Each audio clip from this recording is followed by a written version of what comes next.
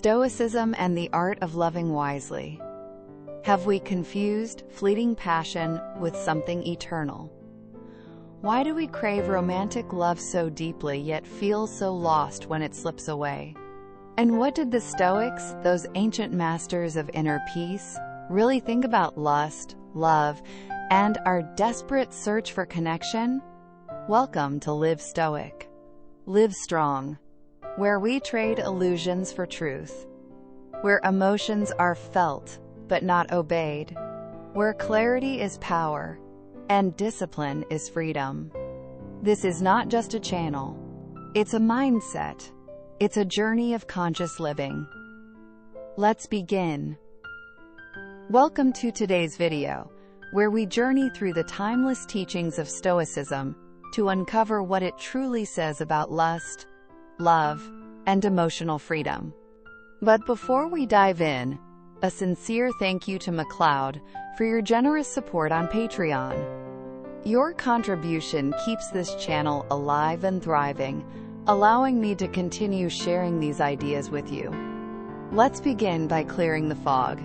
There's a profound difference between love and lust, but in today's hyperstimulated world, they often get blurred into one confusing mess.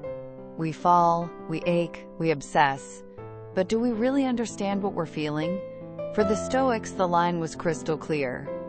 Unconditional love, the kind that expects nothing in return, is one of the highest forms of virtue. It is something we can always offer, regardless of how the world responds. As the philosopher Epictetus taught, the things that lie within our control are, quote, by nature free, unrestrained, and unhindered. That's the beauty of pure love. It is sovereign. It flows from our values, not from our circumstances. When we love unconditionally, we give freely. We're not bargaining. We're not clinging. We're not demanding. We love because it is good to love, not because it guarantees us pleasure, praise, or attention. This love is unshakable because it isn't built on external outcomes. It's built on inner strength, but lust, on the other hand, is rooted in a different energy entirely. It's not a gift. It's a hunger. A craving, a reaching for something outside of ourselves. We become fixated on the body, the form, the presence of another human being. And when that person is not available, emotionally or physically, we suffer deeply.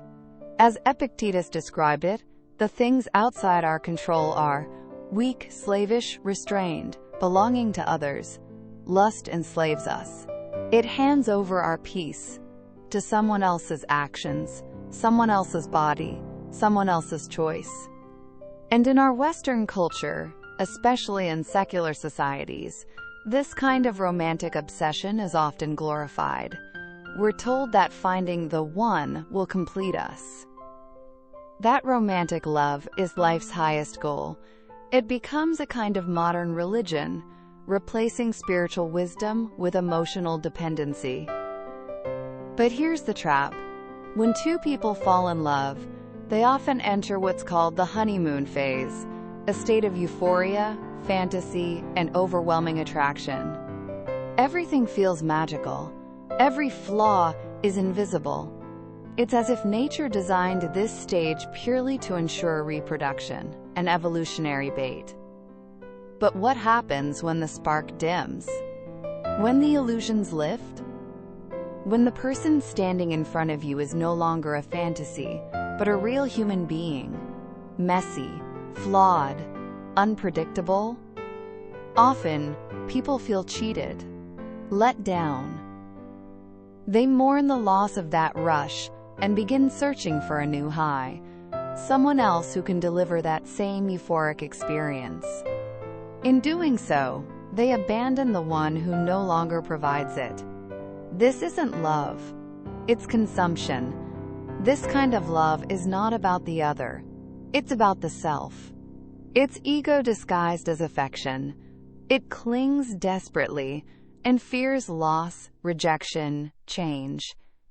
It is built on desire and aversion, the very forces Stoicism teaches us to rise above. Epictetus put it plainly: "He who fails to obtain the object of his desire is disappointed, and he who incurs the object of his aversion wretched."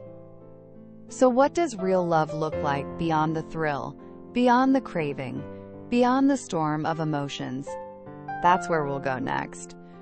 Just as we saw, when love becomes a craving, it turns fragile, vulnerable to disappointment, jealousy, and suffering. And jealousy, more than any other emotion, reveals the darker side of romantic love. It creeps in like a shadow in relationships, whispering fears into our minds. What if they leave me? What if they find someone better? It's an emotion born not from love, but from fear. And that fear drives people to cling tighter, to control more, to possess what was never theirs to own. In this state, love transforms into possessiveness, a need to monitor, to manage, to limit the freedom of someone else, all in a desperate attempt to avoid pain. But what does this say about the relationship? Does it bring peace or torment? From the Stoic perspective, such attachments are the opposite of virtue. They are distractions from inner tranquility. But make no mistake, the Stoics did not condemn love or relationships. They weren't cold-hearted cynics. They didn't preach isolation. What they did warn against was excess, indulgence, and clinging. Take Seneca, for instance. He didn't merely frown upon lust, he placed it among the most shameful human obsessions. In his words, "Among the worst cases, I count also those who give their time to nothing but drink and lust, for these are the most shameful preoccupations of all." To Seneca, those enslaved by the body, those who surrendered to desire and the belly, lacked dignity. He even said that those who sin through anger or ambition still do so in a more manly way than those lost in lust. But this doesn't mean Stoics believed lust or physical desire should be suppressed entirely. Thank you for staying with Live Stoic, Live Strong. It means you're seeking more than words. We're here for that journey with you.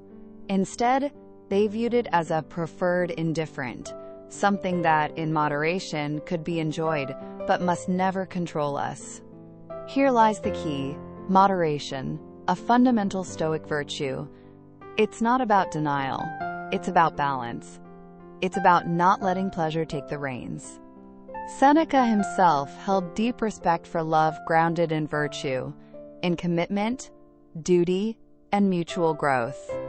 He valued marriage, not just as a social contract, but as a moral responsibility. He disapproved of divorce and adultery, not out of moral dogma, but because they eroded the foundation of trust and virtue that a healthy relationship requires. This aligns with the broader Stoic ethics, placing a virtuous life above all else. Another Stoic, Musonius Rufus, also championed marriage as a path to mutual care and companionship. In his words, "In marriage there must be complete companionship and concern for each other, in health and in sickness, and at all times, because they entered upon the marriage for this reason, as well as to produce offspring." Musonius understood something deeply true. When couples focus only on their own needs, when they neglect the heart and soul of the other, the marriage becomes hollow, loveless, a shared roof but separate lives. In his view, such a marriage was an existence worse than loneliness. A haunting thought, isn't it?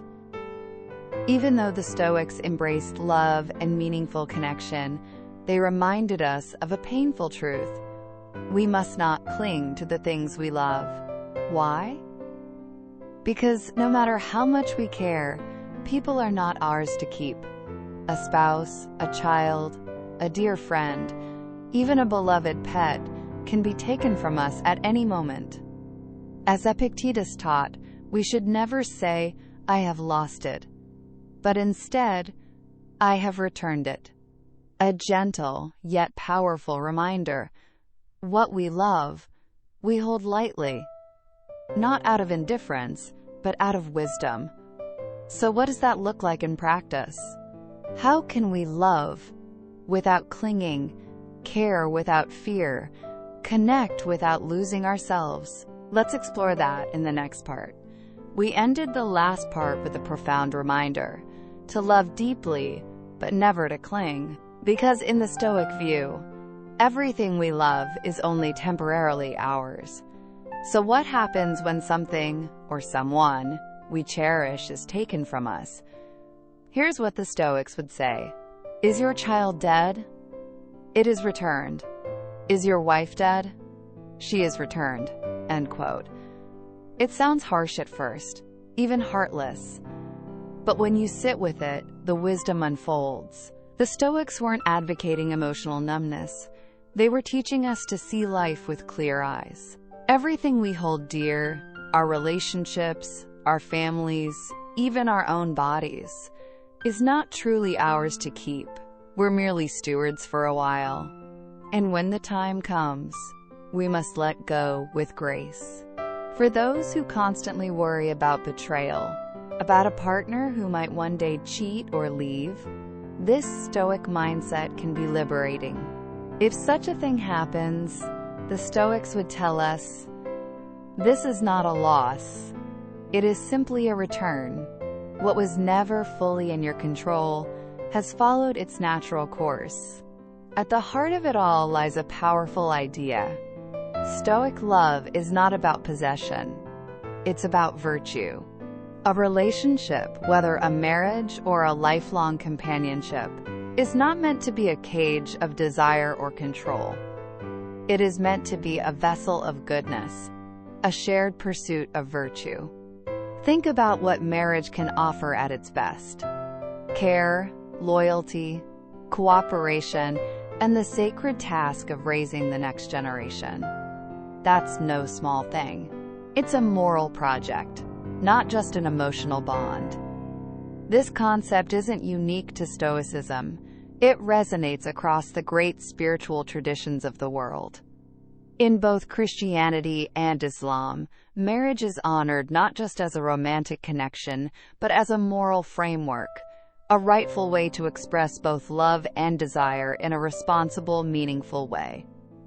And let's be clear, the Stoics were never against affection. They didn't live in cold detachment. They simply believed that virtue must lead the way, even in our most intimate moments. Love and virtue are not enemies. They can coexist beautifully.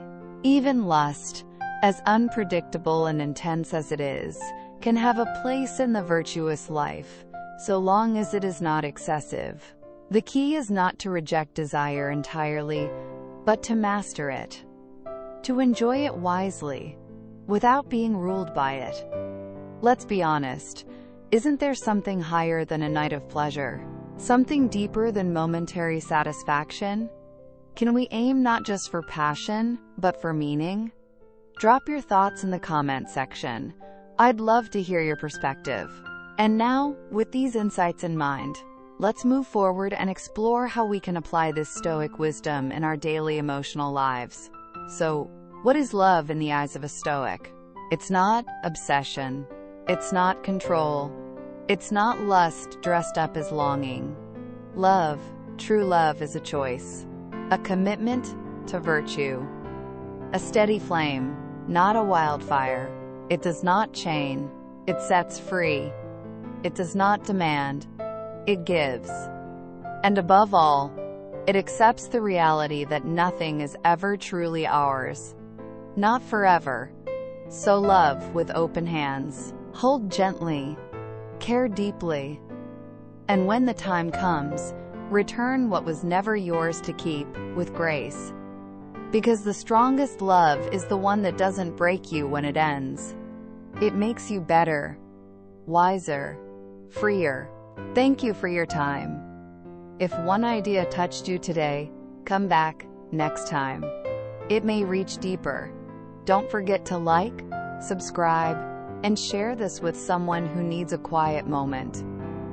See you in the next video.